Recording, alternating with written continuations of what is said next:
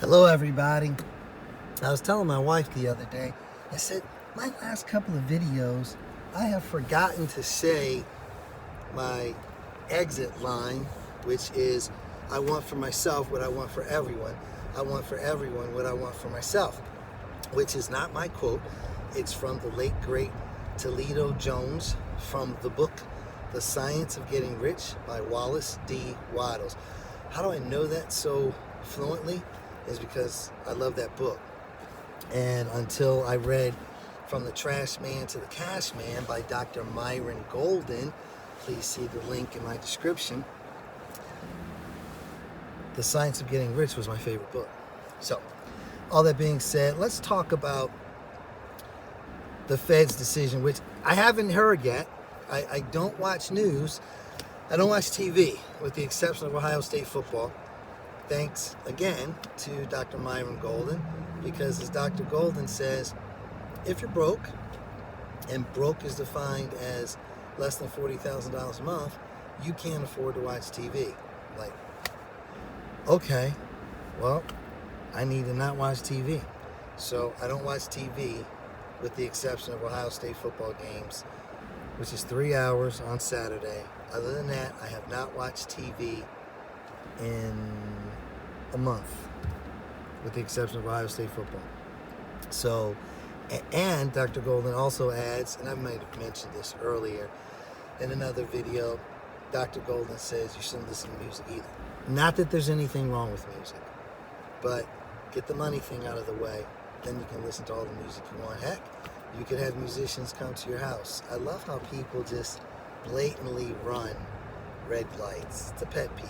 It's just, and I know it's indicative of where I live, as it is everywhere in America. People just run red lights. It's just the new day and age that we're in. Like, the law doesn't mean anything. It just means what you can get away with. So if they can get away with running a red light, not getting a ticket, because you don't see that many police officers anymore, then they'll do it, right? And people make a decision to do it, they do it all the time. It's like automatic. Anyway, I digress.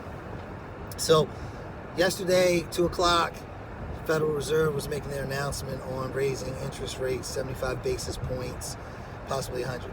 Because I don't watch TV. Now, watching the Fed's announcement from the FMOC, Federal Marketing Operations Committee, some subdivision of the Fed, watching that isn't considered, like, I don't know if Dr. Golden would consider that watching the news, but that's relevant news to the economy, right?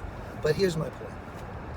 I haven't heard, I haven't seen how much the Federal Reserve raised interest rates, but I'm not worried. First of all, God says we shouldn't worry, so I'm not worried about it. Is it real? Yes. Does it impact people's lives? Yes, it does. If you choose to. If you choose to allow it to impact you, depending on how you choose to allow it to impact you, it may or may impact you. Yes, it doesn't stop. If the Fed raised the rates, then housing costs are going to go up, food costs are going to go up, gas prices are going to go up, interest on credit cards is going to go up. So yeah, things are going to go up. Hotel rates are going to go up. I mean, the hotel industry. It's going to affect a lot of things. But it doesn't mean it's a negative thing. It doesn't mean you have to be afraid of it. It doesn't have to be a fearful thing. It's just more incentive to study the kind of kingdom we're in, right? Study the Bible, study economy, study financial literacy, so that you can take steps to take advantage of the opportunities that will present themselves. And I would hear that in YouTube's long before I ever started. I've been intermittently growing my financial literacy, okay? It's because I've been learning my whole life, as I'm sure many of you are and have been. You've been learning your whole life, whether you have a degree or not, because there's a difference between like degrees and self-motivation, self-learning, literacy. These are acts of will. You make a decision. And there's a difference between a decision and a choice. Once you make a decision, nothing stops you. Nothing stops you. Circumstances don't stop you. And that's what is the crux of this message, right? Regardless of what percentage the Federal Reserve raised the interest rates and increased it to fight inflation.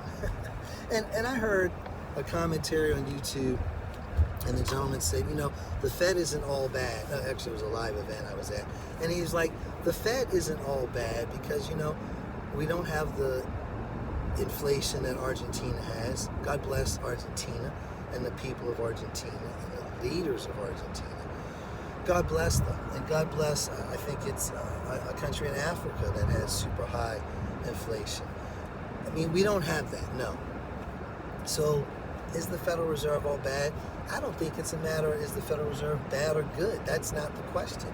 The question becomes, regardless of, the Fed is going to do what the Fed is going to do, and we by ourselves aren't going to stop that. It's how do we take action? What action do we take based on what the Federal Reserve does?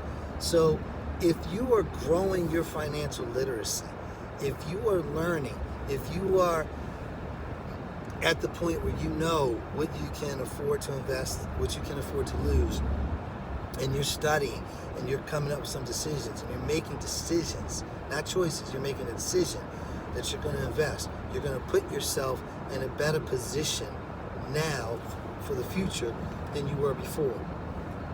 Then if the Fed raises interest rates 100 basis points, 200 basis points, yeah, while it's going to have an effect on people, it's not going to be a negative effect on you. It's not going to defeat you. It's not going to crush you. It's not going to debilitate you. You're still going to be able to function. You're still going to be able to have investment opportunities. You're still going to find them because they still exist. They're still out here, regardless of what the Fed does.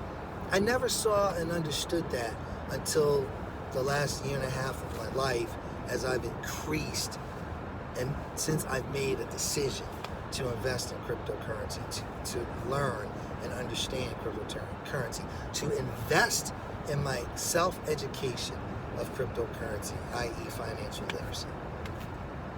So, have you made a decision? Have you made a decision that you are going to become financially literate? That you're going to start the journey of 1,000 miles starts with the first step. Famous quote from somewhere I've heard. The hardest part is the start. Anything that we first start out doing, we're not as good at as after we've been doing it multiple times. I've heard this before. Competence equals confidence. Confidence equals competence. Pick an activity that you do automatically without even thinking that isn't a function of your body.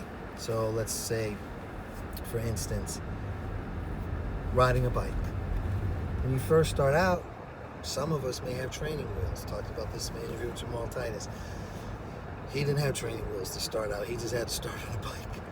I was fortunate to have training wheels. I went from 2 training wheels to 1 training wheel to no training wheels. I think it's a longer process when you have training wheels, to be honest with you, as opposed to having no training wheels and you just got to learn balance right away. But learning how to ride a bike is a process. And so each time, once I was able to balance on a bike, each time I rode my bike, I gained more competence. At the same time, I gained more confidence because I was able to ride my bike without training wheels. I could ride it without falling down. I could then incorporate tricks, crazy stunts, right?